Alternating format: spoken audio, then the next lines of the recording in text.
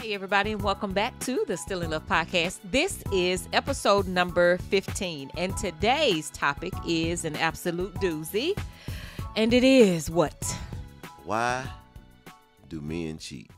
Well, Why do men cheat? this is about to be interesting. Yeah, it's going to be very interesting. So we just want to dialogue a little bit Okay. and talk about why do men cheat. All right. And so, we communicate a lot about this being a podcast for kingdom couples. Correct.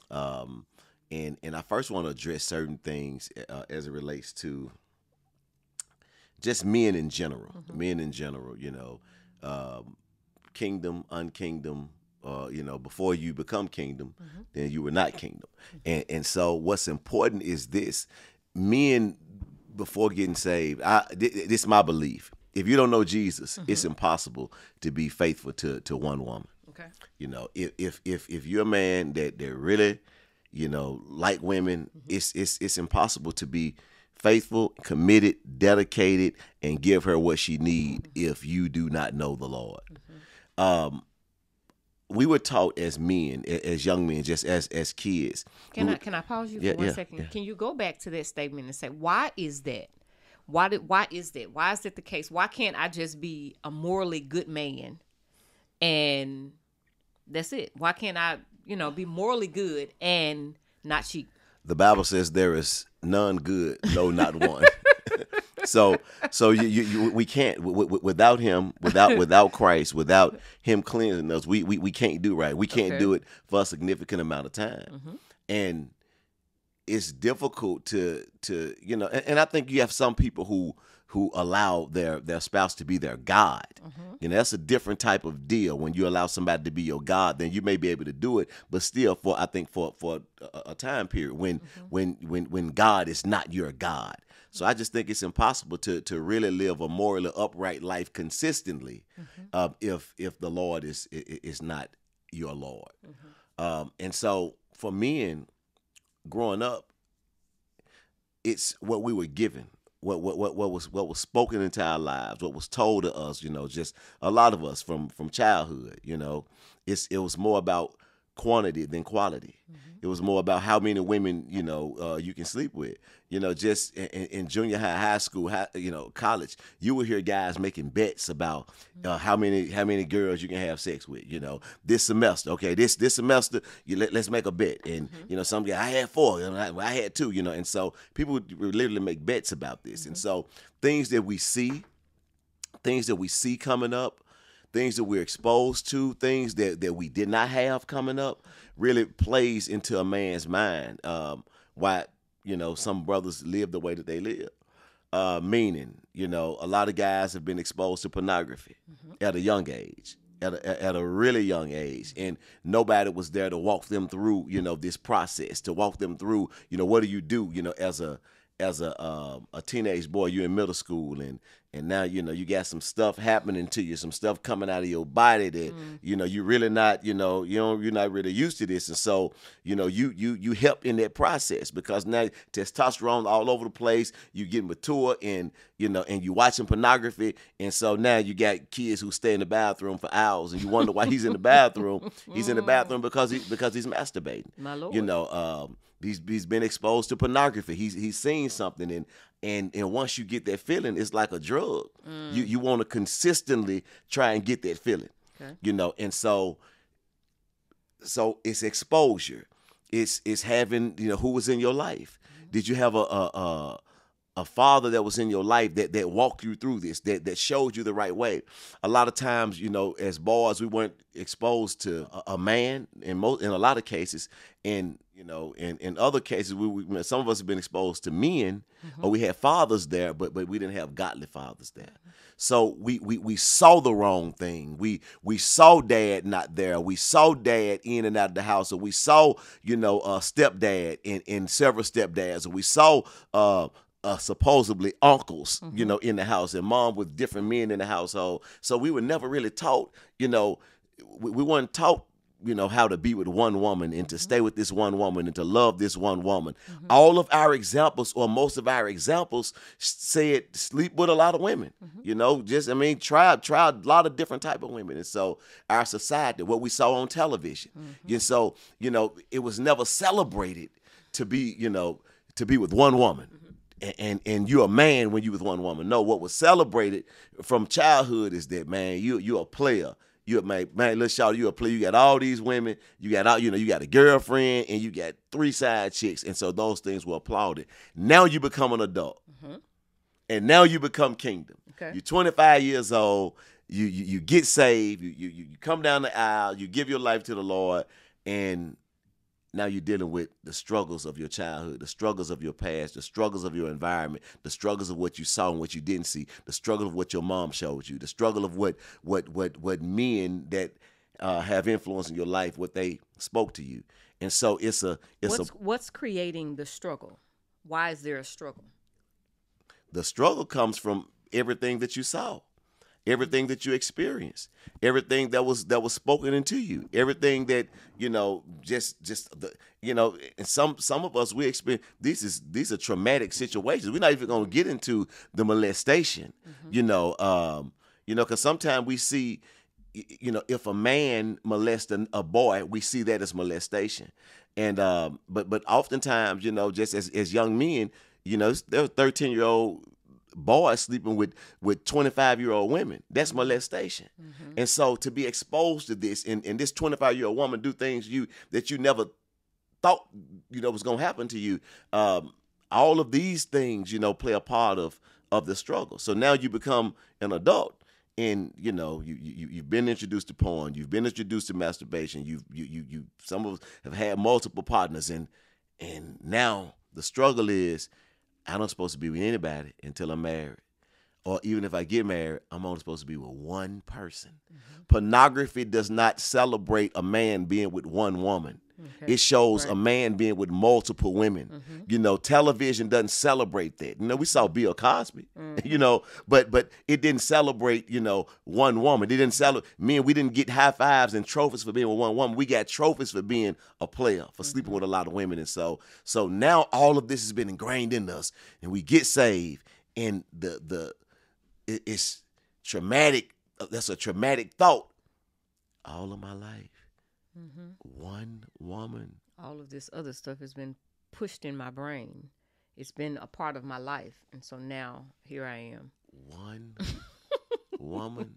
You and I talked about this before. Just even, when I got saved, and my thought process was one woman for the rest of my life. I was like, I have one person. Was it scary? It was petrifying. It was petrifying. It was one, because I felt it didn't matter how good she looked, how good she was in bed. It did nothing. None of that mattered. It was one woman. What made that so scary, though? Yeah, because we never felt that one woman could satisfy, a man. Because see, and here's the thing: when in the world, because see, that was a lack of commitment to one woman. So when one woman violated or did not do what you needed them to do, you went to another woman. So that was never a struggle. It may be a struggle for one night, but it was never really a struggle to where, you didn't go weeks without sex, or you didn't go, months without sex. Whereas you can get married, and when one woman you can't go outside of that. Right. And so you can struggle and go weeks without sex or months without sex. And so the mere fact that one woman is going to have that much control or that much power in your life, and if she shut it down, the only way I can't step out, or if I step out, I'll be violating God. And my love for God is going to keep me from stepping out. So I got to marry a good one. You know what I'm saying? That would be correct. So that was petrifying to me, to where, oh my Lord, one woman, how is one woman gonna be able to hold me down? Like that was like it's because it was about quantity, and I learned, and we'll get into that, but I just learned as I grew in the Lord, that real men, they value quality over quantity. But when you're not there, and you're not kingdom, it's all quantity over quality. Yeah, and so why do brothers cheat? And so when you're dealing with this type of baggage, when you come into a situation in marriage, with this type of baggage, and you don't get what you need prior to marriage. Had I gotten married As soon as I got saved, it would have been, I would have been a mess, because, the sanctification process has to take place. So once you get saved, there's a sanctification process. I think that when you get saved, you should end your relationships, and really spend time alone with the Lord, especially if you've come from situations, to where you hadn't been alone, you hadn't spent time with the Lord alone, just going right into a situation, I think, can be detrimental, because you hadn't had time to heal from your past, from the trauma, from what you experienced, from your thoughts. And so I was blessed to be celibate for 7 years prior to getting married. So I had time to think those thoughts. I had time to work through in my mind the process of being with one woman. Go ahead. Come on. So, okay, you've come from where you come from, your past, your baggage, your history, and now you have given Jesus your best yes. Yes. What did sanctification look like for you personally? That period, that 7 year, especially maybe talk about early on. So right after you've said yes to Jesus, that initial, you saying it, for you, it was coming out of a relationship, coming out saying, okay, I need to cut ties with my relationships because I'm bringing all this old stuff into this new life. But describe what sanctification looked like for you early on. Sanctification, what it looked like for me, it was, I thought that I can, all of the other distractions from other women, I'm done with that, and so I'll just be in a relationship with one individual. How did you make up your mind to do that though?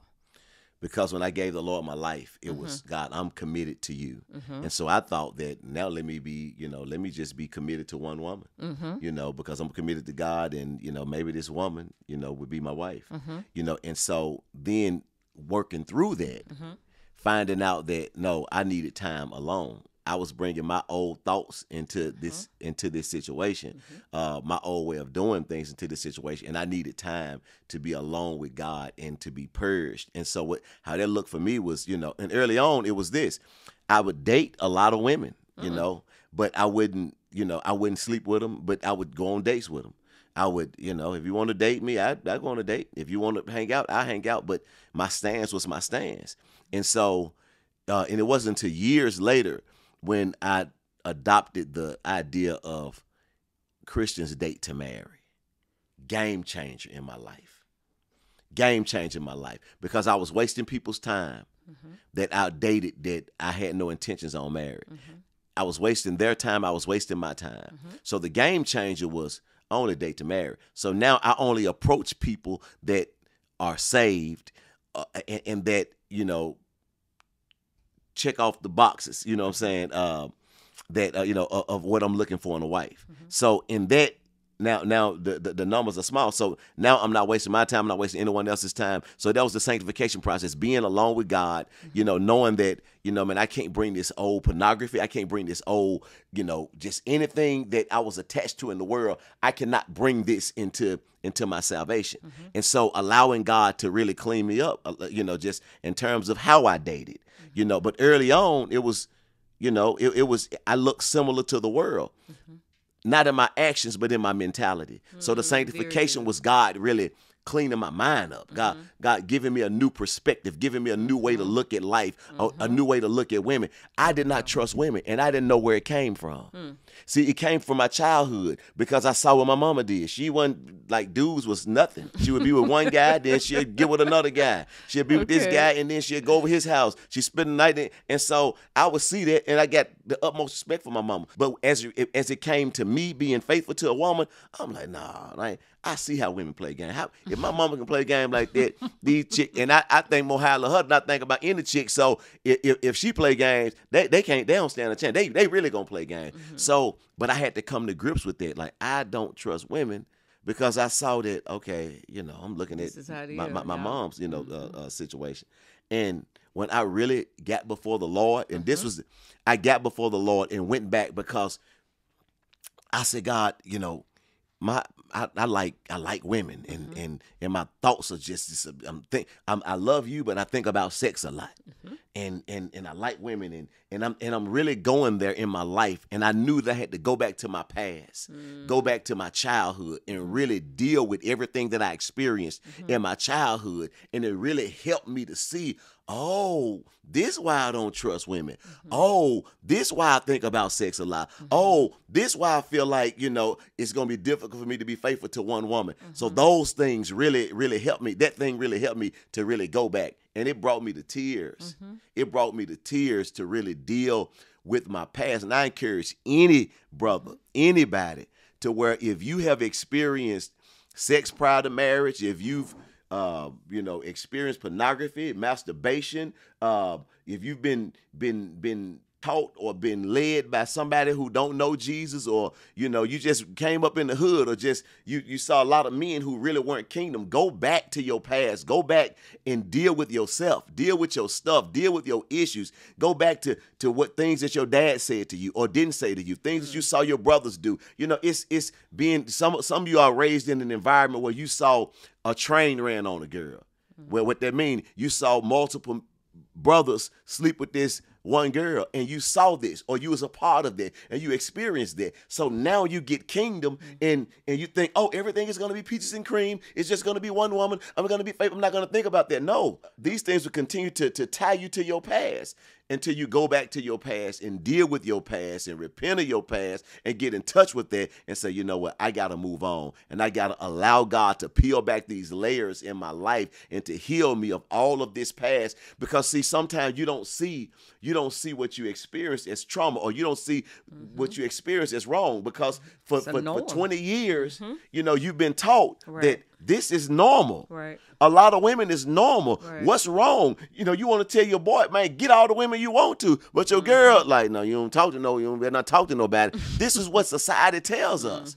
And now we get married, and they expect to be faithful to this one woman. We like, I don't know how to do that. Because, from presidents of colleges to principals at school to coaches, we saw all of it. We saw the president of universities or colleges sleeping with other folks, on campus. We saw professors that was married sleeping with other people. We saw coaches, in school sleeping with some of the students in school. So this is what we experienced. And so he was successful. He was a professional. He had his degree. Yep. He was a doctor. Yep. But this was a norm. This is a part of his life that, look, this has nothing to do with my expertise, with my professionalism. So now to tell me the kingdom way, God way, this how we do things, and that was difficult. So until you go back and see that and uproot a lot of the stuff that was planted in you, you'll have guys that get married and experience, infidelity because they really didn't have an opportunity, or they didn't take the opportunity that God has given them prior to marriage to be sanctified. Okay, now I hear that. But I have more questions. Come on, ask me the question, baby. Some of my sisters and brothers have gotten married, and okay, he didn't do any of the prior work, or sometimes we come into a relationship and both of us, neither one of us are believers, and we become believers in the marriage. But the question is, why did my husband cheat on me? So let's deal with the you've already set the ground at first just about, hey, if he's not a kingdom man, that's a large part of why he's cheating. It's because he doesn't answer to a bigger yes. Yes. And so he answers to his flesh. Come on. So that's it. Like, I do what my flesh tells me to do. That's right. If my flesh tells me to look, I'm gonna look. If my flesh leads me to say something to a woman or to carry something out, then that is what I'm going to do. But as a kingdom man, I'm not normally led by my flesh. Like, I do like Paul said, and I make my flesh, I bring it to subjection. That's it. That's I bring my flesh into subjection. I'm not out here just doing any and everything, but I'm a kingdom man. and I fall. Why did my husband fall? Not my husband, but this is another sister friend is asking. Why did my husband cheat? He's a kingdom man. How did we get here? How did we get on this side? But before that, let me say this. I think also when you asked me a question, I don't know if I thoroughly answered about the sanctification process. I just remember, it was things at this, things like this would happen.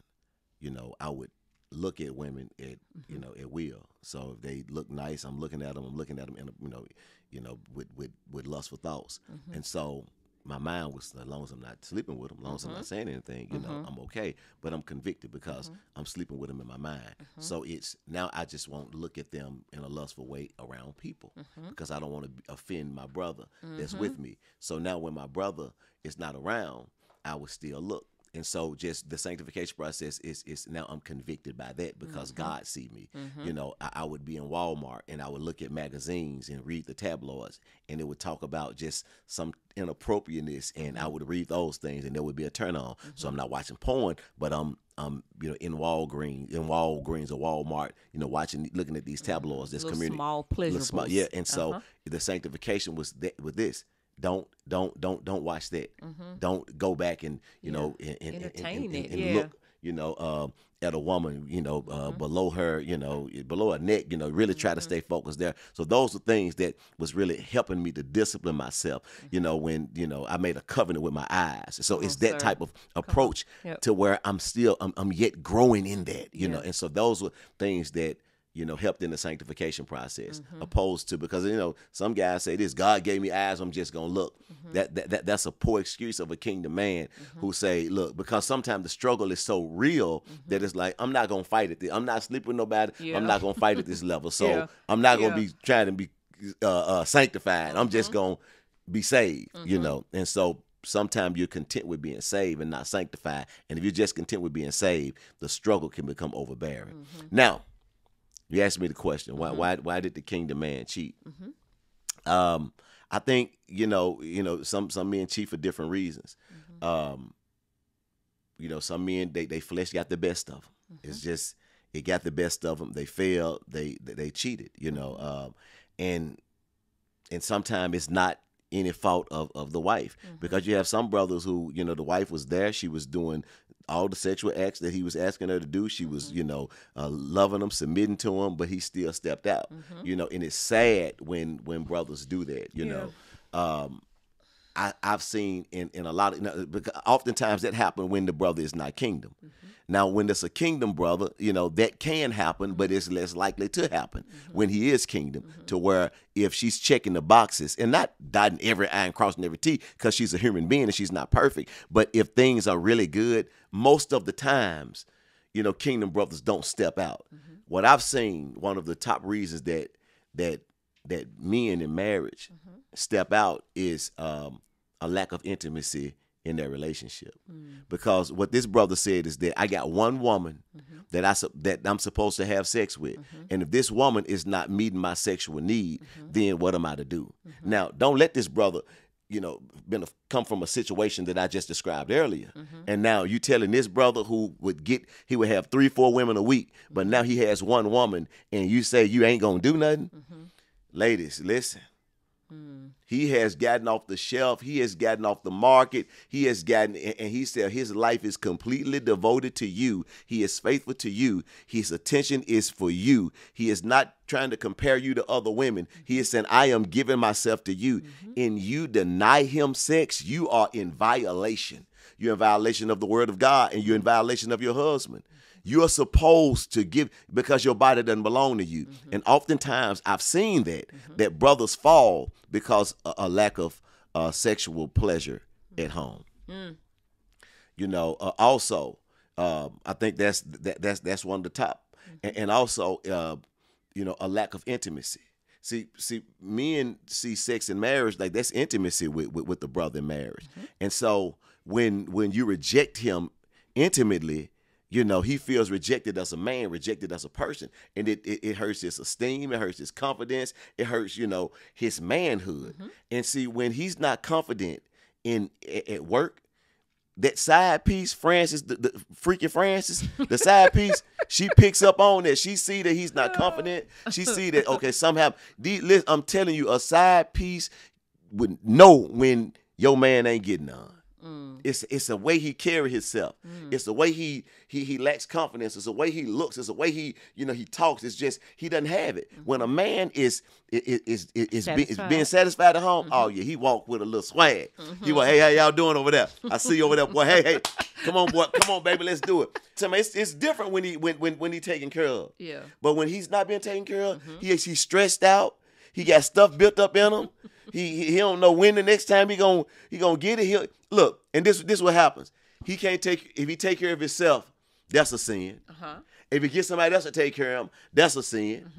And then his wife won't take care of him. This brother in trouble. This brother going through. Like, how you not gonna be with me, but I can't get nobody else to do it, and I can't do it myself, or I'm in violation. And so when those things happen, brothers, it opens the door. It opens the door for the enemy. When you're not being intimately, consistently with your husband, you are creating a platform for infidelity. You are opening the door for another woman. You are opening the door for inappropriateness. You are opening that door. Now, should he cheat? No, he shouldn't cheat regardless of what you do. No, he shouldn't absolutely do. not. But he's a human, and when those things happen, some of you have to be honest with yourself to where, did I play a part in this? See, I tell brothers all the time, man, listen, if you violated, you never make your wife feel that she played a part in your infidelity. You never make her feel that it was anything that she did not do, because you are a kingdom man and you're responsible to God and you're responsible for her. So you should never step out of your marriage. That's one conversation to him. So don't, ladies, when you hear this, I don't want to hear the comments and, well, it ain't my fault. No, we tell the man it's not your fault. It is his responsibility. Now the conversation to you, lady, don't help the enemy get him. Yeah, come on. Don't you help the devil get your husband, because he fighting her at work, he fighting her in the supermarket, he fighting her at the gym, he's trying to be faithful. But when you're not intimate with him, when you have an attitude and you use your sex to punish him, to control him, he knows that. And he begins to resent you. And it opens up a door for someone else to come in. So though he's not justified in it, this is what happened time and time and time again, because you took him for granted. You took the relation, you took the marriage for granted, and you thought that he was just going to be faithful. You thought that he was just going to be there. You thought that he wasn't going to walk away. You thought that, why should he walk away? Man, we married. You have to take responsibility and say, I have a responsibility to make sure that he's satisfied, because my body don't belong to me. It belongs to him. And if he want it, it's his. Can you say amen? Amen. So, it's a lack of sex. Okay. It's a lack of intimacy. Okay. When he feels rejected. Oh, that's a whole nother discussion. If he makes sexual advances at you and you reject him consistently, yeah, you're saying, so many things go through his head to where, man, am I not attractive? Am I not being a man? Am I not holding it down? Like, what is it about me to where my wife doesn't want me? To what is it about me to where my wife is rejecting me? So he's being rejected at home, but he's being accepted everywhere else. It's a problem.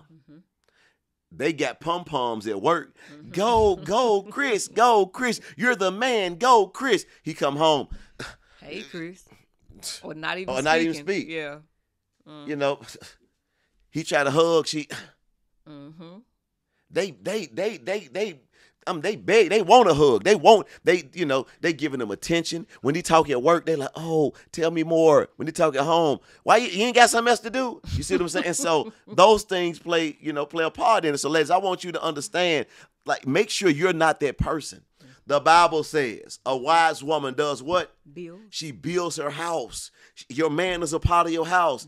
Build your man. Speak to your man. Build him up. Encourage him. Put on your cheerleader gear. Get your pom-poms. And go, Chris. Go, Chris. You're the man. You're the man. If you can't do it, Christopher, nobody can. Sing to that man. Cheer him on. I'm talking about it'll bless your entire marriage. Sing to him, cheer him on, do what he wants you to do. I mean, go in the bedroom, get handcuffs, whipped cream, whatever you want, and make it happen for him. Let him know that if whatever this woman in your inbox saying that she want to do to you, whatever this freaking friend is thinking about doing to you, let this man know that I do it 10 times more, 10 times better, 10 times often. You gotta. It is that. Those are the type of things that we need to talk about with kingdom couples, because you think just because he's supposed to be saved, he has no struggles, and being saved don't eliminate him from having struggles.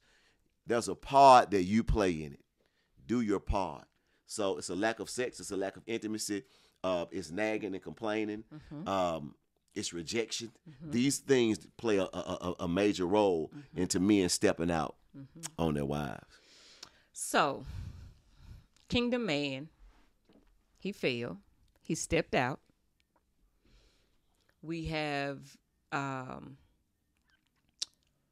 taken a step back. We see the areas. Is there rebound for the kingdom couple that has had infidelity? How do we rebound? How do we move on from here?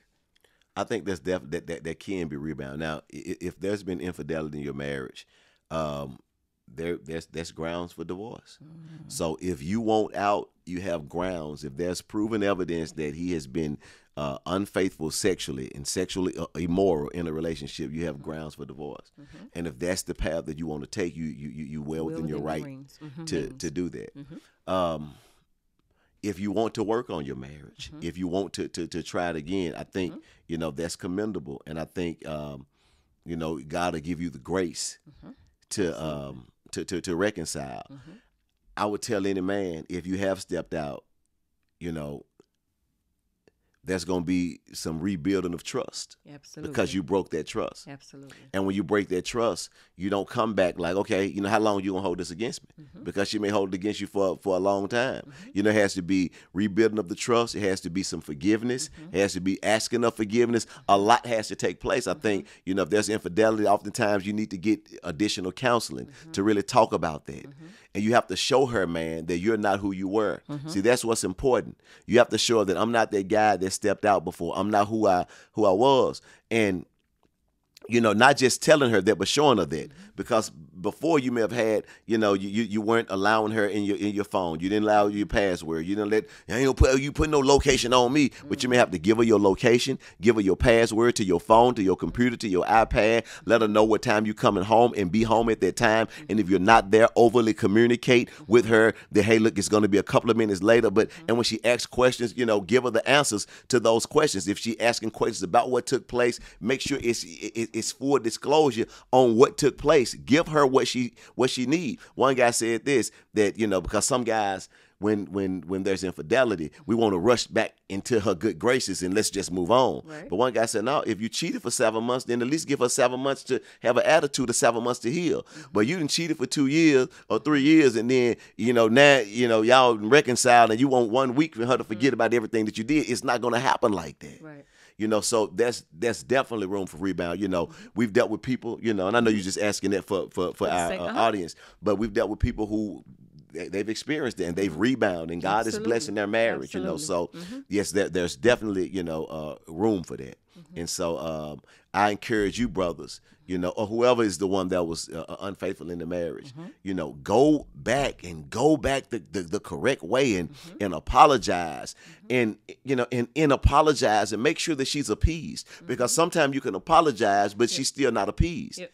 When you apologize, okay, I apologize, so I'm going to keep it moving. No, I apologize. Do you understand me? Do you forgive me? Show her I am not that dude that I was. Yep. I am not who I was. I don't operate like that anymore. I don't function like that, where I didn't allow you to come to the game with me or to the gym with me or to hang out with me. I want you with me. Yep. I'm going the extra mile to show you that I'm not that person anymore. Yep. And I think absolutely your marriage can rebound. And I think, people that's looking at this and listening to this, I pray that this blessing you, because we're We understand there's infidelity, and sometimes it's very uncomfortable for you to really talk about the infidelity. And you have created a space in your marriage with your wife to where you hadn't made it safe for her to have the conversation with you, because she has a lot of questions about where you did it, when you did it, how you did it, how was she, and you feel like that's none of her business, but it is her business. And my advice to you is to communicate those things to her. Let her know, look, I mean, I don't feel comfortable really sharing all of this with you, but I want to do it if you want to know it. And let her know. Let her know.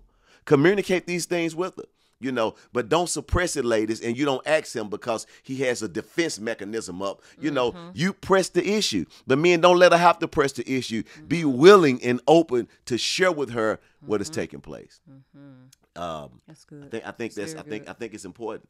I think that's important because there's so many people that's experienced this, and it's still the elephant in the room. You all you all may be listening to this. It happened, that's right. But we hadn't really talked about it. We talked about it, but we hadn't talked about it. That's right. And we just kind of pick up, I forgive you, you ask for forgiveness, and we're just kind of moving and going through the motions. But there's still a lot of unanswered questions. Absolutely. And that's a danger to any marriage, and not even in just infidelity, but unanswered questions. That's right. Anything that causes me to not feel secure, and because that will affect emotional security. And if I'm not secure and I feel like you're withholding something from me, it just creates this lack of trust, and so it's automatic. So that was a really good point. And brothers, I want you to hear this. That the top need, or one of the top needs of a woman, is security. I want you to hear this. Come closer. And sometimes we feel as men that was long, she's secure because I'm not gonna let anything happen to her. Yeah, that's one part of it.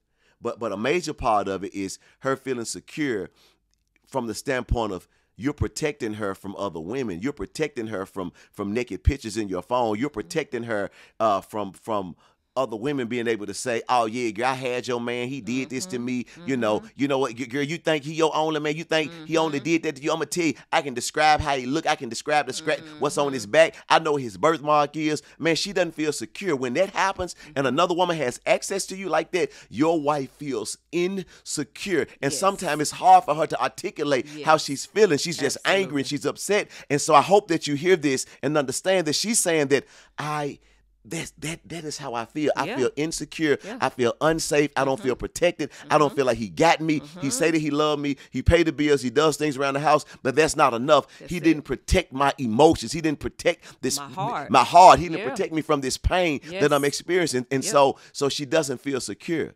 And an insecure woman is the worst type of woman that you want to deal with. Yes. Because she has no security. She has no security in herself. She has no trust in you. And it's difficult for a marriage to really thrive if she's not feeling secure. Amen. So that's a part, man, of you ensuring that she's secure. I got you. I got you at this house. I got you with these finances. I got you with our kids. I got you as it relates to other women. You're never going to feel threatened by another woman. I got you. That is an amazing feeling when your wife know that she's protected, when she know that she's secure, that you got her. I mean, that's an amazing feeling. It is. I want you to speak a little bit to that. So I hope I make you feel like I got you, and no other woman has a place in my heart, in my life, and that you number one over anybody that is in this world. And you do. But talk to the people. How it make you feel. So I think you mentioned something earlier about when that infidelity opens this door, right, to her not feeling secure, and we know that at the core of me feeling, if there's an insecurity, it's because you violated this trust, right? So it's the opposite. Like, so I am 100%, 1,000% convinced that I am. You make me feel secure in our relationship. I know that not our children, not the ministry, not anything outside of our marriage is more important than me. And as a little girl who didn't experience that level of security in any relationship with a man, it means everything to me. So coming into the marriage, there was a little bit of insecurity in the sense that I had never been in a relationship with another man. Initially, that should have been with my dad. So this relationship should have been kicked off, and I should have had some level of understanding about this relationship between girl, male.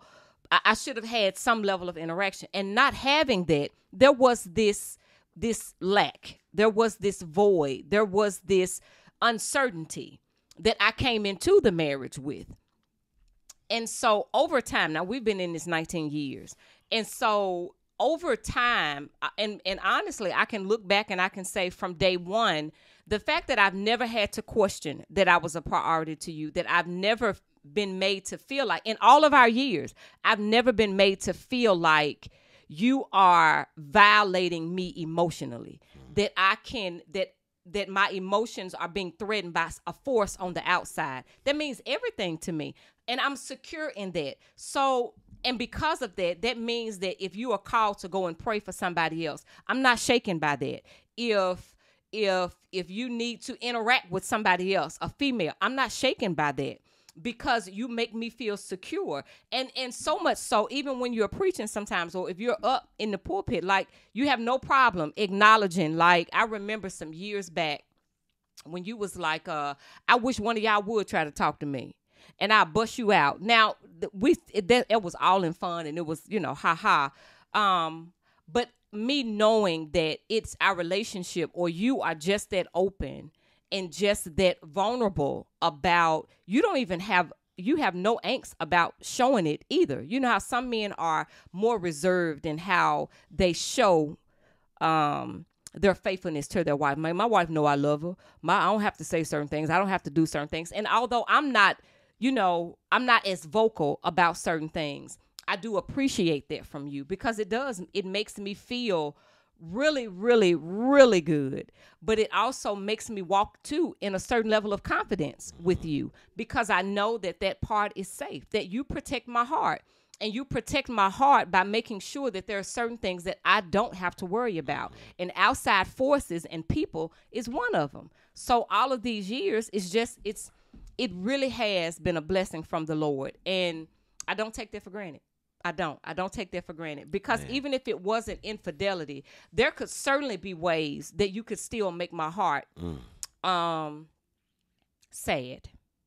There's you could be you yourself. You could be emotionally abusive to me. You could make me feel like my feelings, or the things that I may be going through, or even insecurities that may be present outside of marriage, that those things don't mean anything. Like, it is really, you help me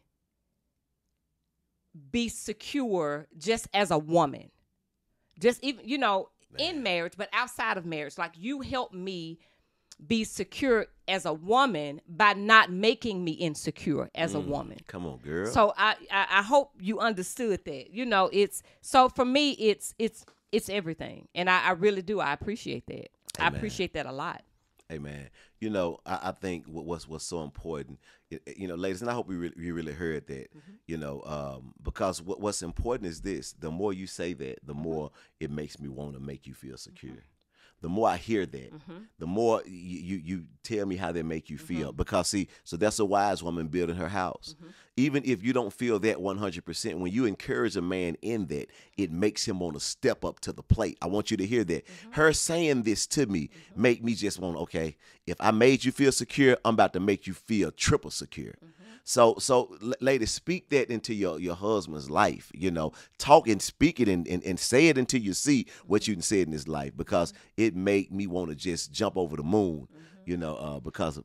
And sometimes are a little all or nothing. Either he is everything I desire for him to be, or I don't say anything to him. So it's all about him getting to this place for me to encourage him, or to speak life into some areas in him. And it's, I heard this this quote actually today, and it's everybody in the world, everybody has one thing that's good about them.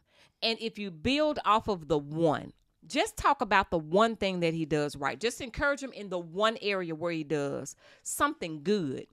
And hopefully and prayerfully it's something within the relationship. But even if it's not, even if he's stinking up the place, it's something that he is doing right, and just encourage him in that. And I just wanted to make mention of that because sometimes it is, unless he is 100 in every single area, I don't have anything to say to him.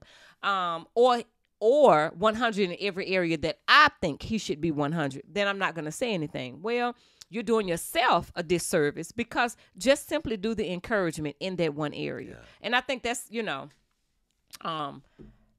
it's just worth noting. Yeah. I just think that's worth noting. So before we close, I want to make this statement here. Mm-hmm. Me and you have to. I'm not talking to these brothers and ladies. I know some of you in a marriage with brothers that's just, he's a habitual cheater. That's what he does. So I'm not saying, brothers. My response to you is, man, stop cheating. Yeah. Get yourself to repent.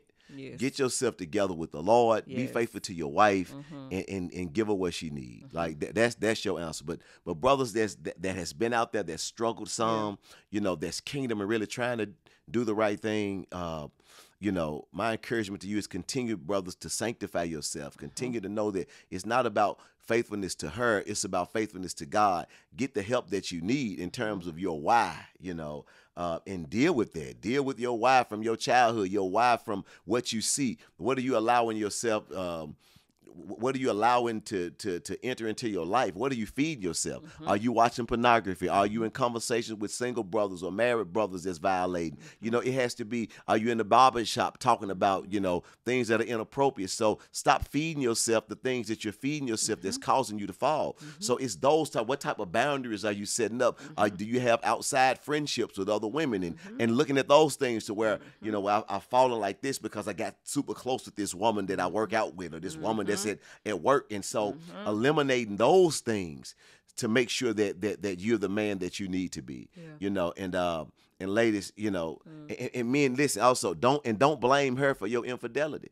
Even if she hadn't been, sexually, involved with you. I understand, and ladies, I'm telling you, that's a big reason for some men, because you're not doing it and he need you to do it. Absolutely. And so he steps out and you make it easier for the enemy to get him. But brothers, when you apologize to her, if you all are getting counseling, don't hold that against her.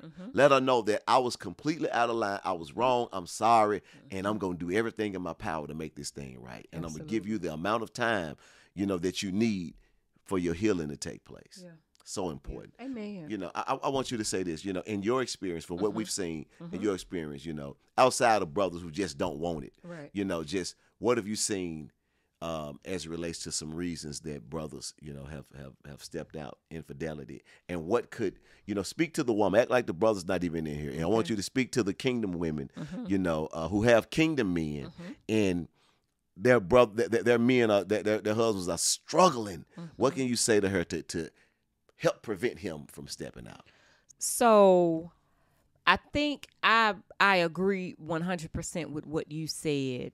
The number one reason was, and I see that a lot of times when we're sitting across from other couples, or we're just knowing these things. What I find interesting is sometimes the moment a woman feels that her security is threatened, one of the first things that she does is she pulls away her sex. She pulls away her body. Because for us, sex is such an emotional act. It involves our body, but it also involves our mind. It also involves our emotions. And so if insecure or insecurity breeds a non-positive emotion. It makes me afraid. It makes me angry. It makes me scared. It's not positive. So what I do is I pull back, and I keep this one thing that I have to myself. And it's the one thing that I know that you want. So I'm withholding that. And sometimes I create these things in my mind that just say, this is what I'm not going to do it until I feel a certain way, until everything is right, until everything is perfect, or until I feel a certain way. I'm not going to respond in that way, or I'm not going to respond sexually. And so now I could feel insecure, not because you're cheating, but you can make me feel insecure about just if I'm trying to share certain parts of my life with you and you're not interested, or if I am not feeling secure financially, if there's some areas where you're not holding it down and I feel my livelihood being threatened. So, of course, what's natural is, well, let me take something.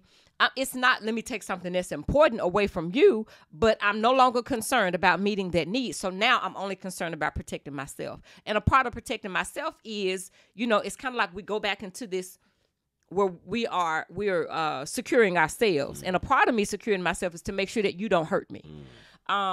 So it's not whether or not I'm doubting whether you're cheating. It's the moment that I begin to feel that emotionally I am no longer secure. And so because of that, I'm now there is no intimacy. And sometimes there are some things from my past that I probably need to or should have already, or there's some areas, sometimes there are some areas from my past that I need to deal with.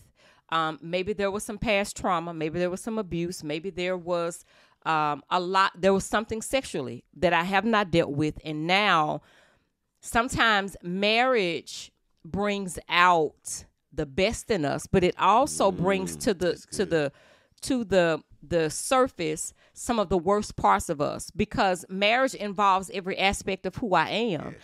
And so when a certain part or sometimes in the marriage, when it rubs up against a broken area,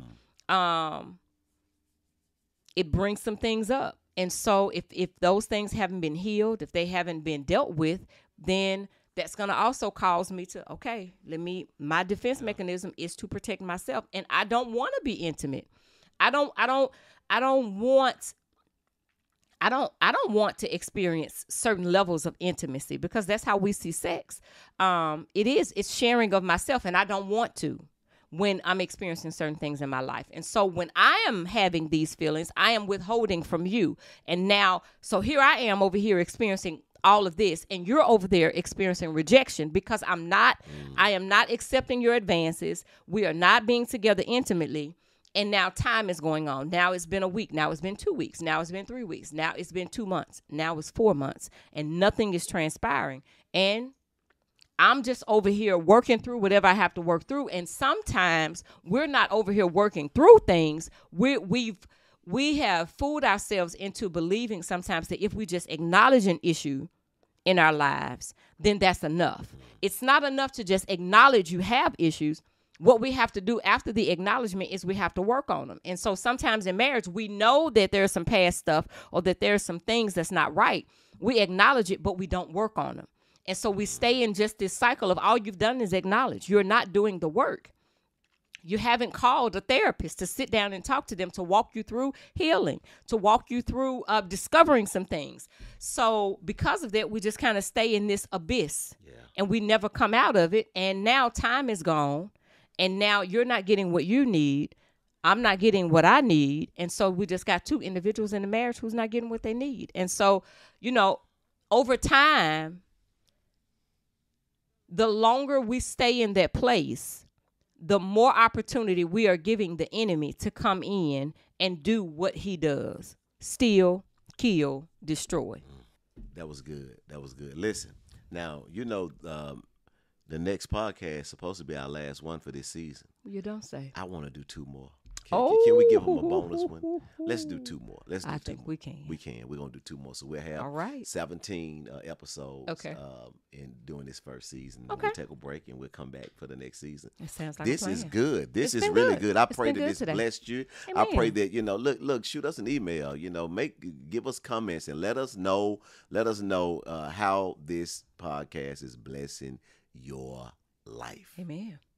See you next week. Bye. Thank you for listening to the Still in Love podcast. We hope that you have enjoyed this episode and it has indeed blessed your life. If it has, we need you to do 3 things for us.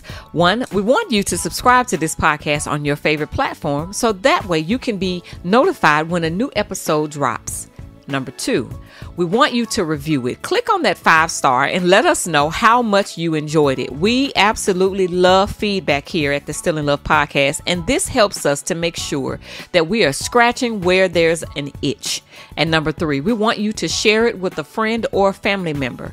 Also, if you have a question, we'd love to hear it and even talk about it right here on the podcast. You can submit those questions at stillinlovepodcast.com. You can also connect with us on Facebook and Instagram at Innovation Church Memphis and on TikTok at We Are Innovation. Until next time, peace. Don't just start in love, but stay in love. Thanks for tuning in to Still in Love podcast. God bless.